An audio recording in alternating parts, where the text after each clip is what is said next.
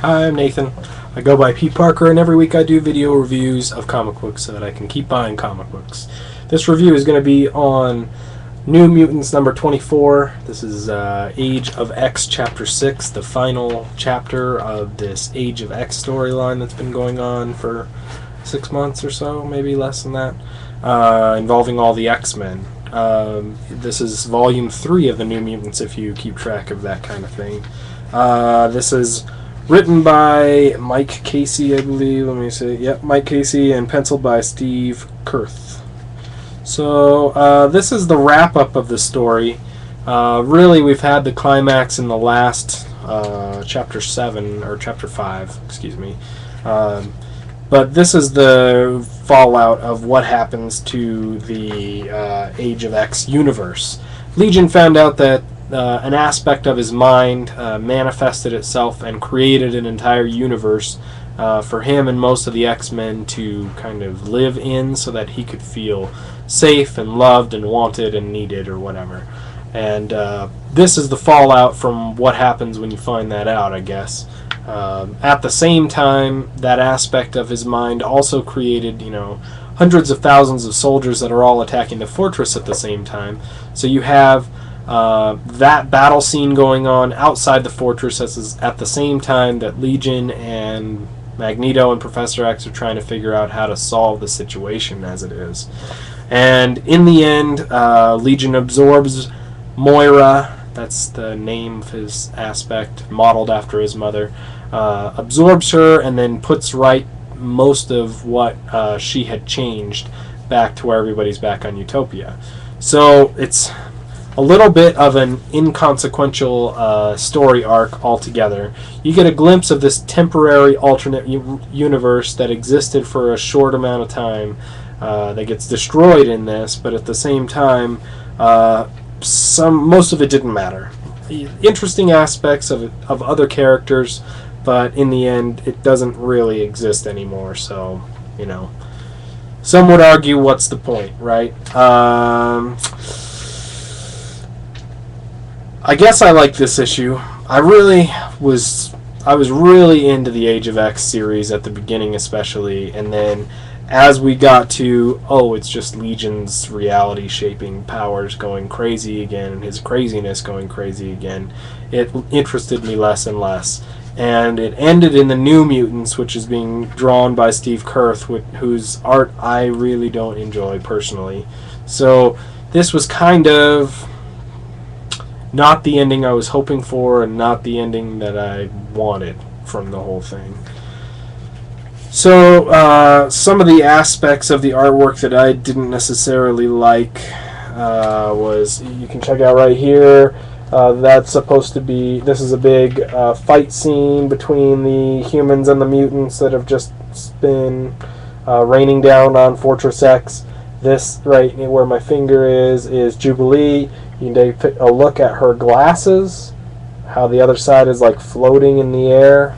That doesn't seem right. Maybe she's in mid-jump and they're falling or something. And then it's interesting that some of the characters have closed eyes and open mouths and stuff like that.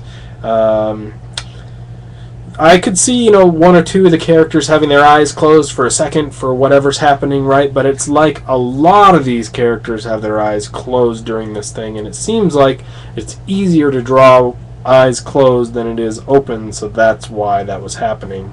Another aspect of the art that I didn't really like is this depiction of Wolverine right here, with his weird crew cut and his weird expression on his face. He almost looks like he's falling forward right here, like he's stumbling forward instead of attacking, which is, maybe that's true of this character, but I don't think it's very good. There are some interesting, the only good parts about this specific book of the story is the very end results of everything. You have two interesting aspects of destroying a universe that was made up in somebody's mind, or wasn't in somebody's mind, but really made up by somebody's mind. One is you've got a handful of characters right here, like Revenant, I think is that chick's name, who kind of looks like the Phoenix. And then there's a North Star and some other characters in there who don't fit back into what their version of reality is. So they say, we're the pieces that don't fit in the configuration. There will be others. So obviously, when things were remade one way and then remade back the other way, there's a few things that don't connect anymore or didn't fit, or there's no place that they really went. And we saw similar stuff happen with the House of M warp, where the Scarlet Witch warped the entire world and possibly the universe into another version of itself, where some characters who had been previously dead were alive. And so when she warped it back to normal, those characters were still alive. And there was some question as to where they were really from. Were they from the original universe? Were they from the new universe? Whatever. But anyway, so it's a really good aspect of changing everything and then changing it back, showing that you can't always change stuff back the way it's supposed to go. And that's a really obvious point out there, but a lot of time it's glossed over. So it's good that they did that. And then the other one, this chick named Blindfold, Ruth Aldine right here, is mourning the characters in the universe that was destroyed, their deaths, which is a really interesting aspect. And Professor X says they were imaginary. There's nobody died. Nobody died. There's nobody to mourn. And she said they thought they were real, and they lived for like a day like butterflies. They died not knowing. So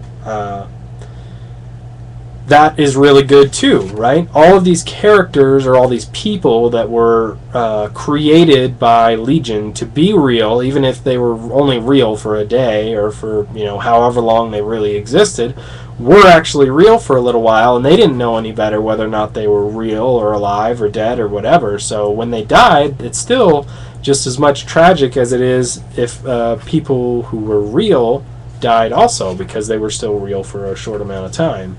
So I think both of those aspects are trying to put the reader in the perspective that it's not completely inconsequential, right? Those people really did exist, and it does help to explain exactly how this whole thing worked, because anytime you change everything in reality and you make it completely different and then you change it back, there's a lot of questions as to how that happens and what the fallout is.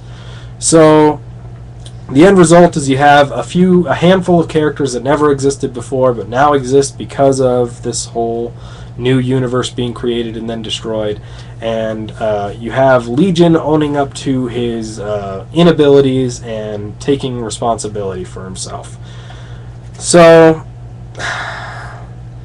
I really wish it had finished in X-Men Legacy, because I really like that art a lot more, and I really wish that it had been something more than just a rogue aspect of Legion's powers who created another universe. It's a little different because it didn't all exist in Legion's mind, so thank goodness for that. It actually existed for a little while. But at the same time, I'm waiting to see what the fallout is from this, and it's a lot smaller story than I really thought it was going to be. So I believe, let me check and make sure I don't misspeak myself. Yes, I gave it a 3 out of 5 because it had some good aspects. It's a good story. It's a good ending to the story, but I did not love it by any stretch of the imagination. What'll be really interesting is how the teams break up after this, or break out, and how they deal with the repercussions of this. And these new characters, who are they now? Why do they exist? Will they run into the aspects of themselves that might be in the real reality? Who knows? So I'll keep checking out probably X-Men Legacy, but probably not New Mutants anymore now that we're back to whatever we're doing. So there you go. 3 out of 5. Good ending to the Age of X. If you're looking to check out the Age of X in general, you might want to read it as a trade, and then it might skip over the Age of X universe stuff that isn't very good. And then you get it all in one story, so it's not as confusing. Although the jumping from artwork back and forth might be confusing. There you go. 3 out of 5. Check out my other reviews on either YouTube under Spidey207 or Comic Vine, Marvel Database, iFanboy, all as Pete Parker, all one word, first letters capitalized.